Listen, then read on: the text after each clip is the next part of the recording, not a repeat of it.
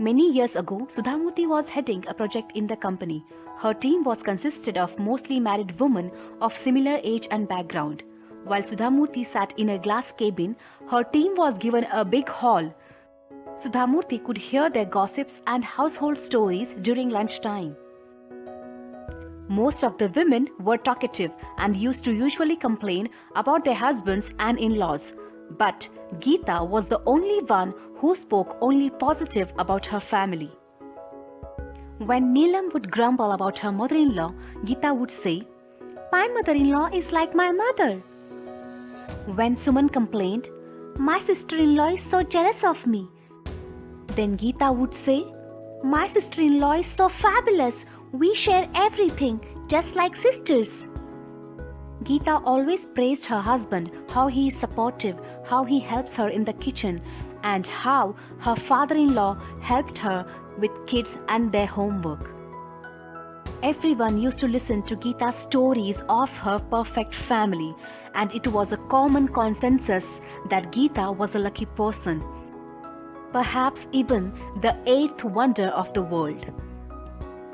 Those days of laughter and joking passed, and the group slowly dissolved and each went their own way. Many years later, Sudha Murty got a call from Geeta. There was a trace of anxiety in her voice. She wanted to meet Sudha Murty, and Sudha Murty told her to do so.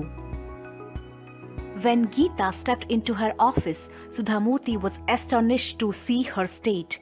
Geeta was frail, had grey hair, and looked old for her age. For some time, they talked about their old team members and how everyone's life had changed. And then Sudha Murty asked Geeta, "So how are you now? You always had a perfect life." Geeta looked sad, and there were tears in her eyes. She said, "Madam, you don't know the problems I am facing. I am suffering from depression. I have to go to the psychiatrist." Sudha Murty responded, "There's nothing wrong with that, Geeta. It is good that you are taking doctor's help. It is like going to the doctor for any other ailment." But Geeta responded sadly, and she said, "Madam, I have been depressed for so long that the doctor says I must share it with someone whom I know and respect. That's why I wanted to meet you." Sudha Murty responded, "I'm glad you thought of me, Geeta, but why are you depressed? You have such a happy life." Geeta explained sadly, "I always had lots of problems. I just couldn't speak about them. My mother-in-law and sister-in-law were worse than Neelam and Suman's. My husband and father-in-law never supported me. Instead, they all together argued with me. No one helped me in kitchen or with kids. I struggled all alone trying to do everything. My life was no different from my colleagues, but at least they gave freedom to themselves to talk about it. I never shared my real condition as my mother told me never talk ill of my family in public. She told me to put up a happy face though whatever happens at home. As a result, I always pretended to be happy and was busy showing a perfect life." Sudha Murty understood her concern and said, "It's okay, Geeta. You realize that it did not work.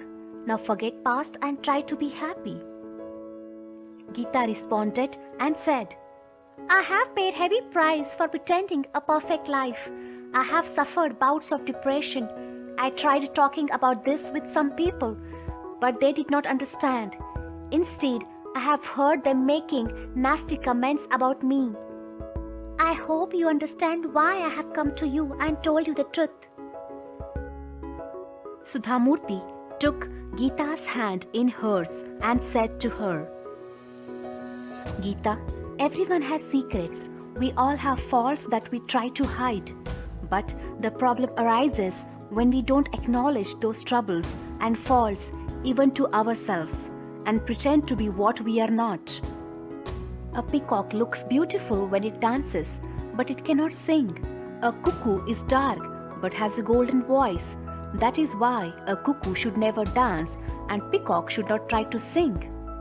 We can live our life in happiness only when we acknowledge our difficulties and failures and try to overcome them with our strength of character. Geeta understood Sudha Murty's words of wisdom and returned happily.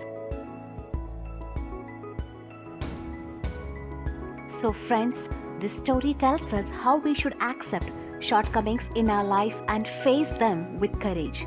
Occasionally, we should share our difficulties with someone who can understand them without being judgmental. Being frank is a virtue. Whenever you feel sad, look around the misery that exists in the world and compare others' problems with yours. Count your blessings. That will keep you going even in your darkest days. Friends, I hope you enjoyed this story and I'll come up with a new story next Friday. Till then, you take care. Jai Hind.